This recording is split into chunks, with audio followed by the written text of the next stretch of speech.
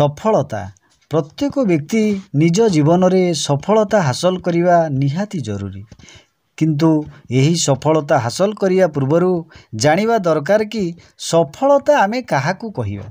सफलता हेउची लक्ष्य स्थल रे पहुँचीबार एक बृहत यात्रा। यही यात्रा पूर्ण करी लक्ष्य को हासिल करने हेउची सफलता।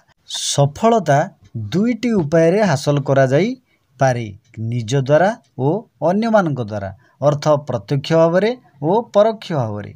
यही सफलता हासिल करने बा लक्ष्य प्राप्ति पाई निजर पूर्ण सामर्थ्य उपयोग करने को पड़ो। अन्यथा जहाँ मिलिबो ताहा सफलता तो नुहे किंतु बाध्य होई स्वीकार करने को पड़ो। भलटा सेतबेल पर्यंत भल नुहे जेतबेल पर्यंत ताठार भी भल आशा करुथिबो। जदि सफलता प्राप्ति चाह तेबे सबुठारु भल करने को प्रयत्न कर, तेबे जाई निजर सफलता हासिल करि परिबो। भिडियोटी जदि भल लागि थाए तेबे लाइक शेयर कमेंट करंतु। आमे चैनल रे नुआ थिले एही परी नुआ नुआ वीडियो देखिया पई सब्सक्राइब करंतु।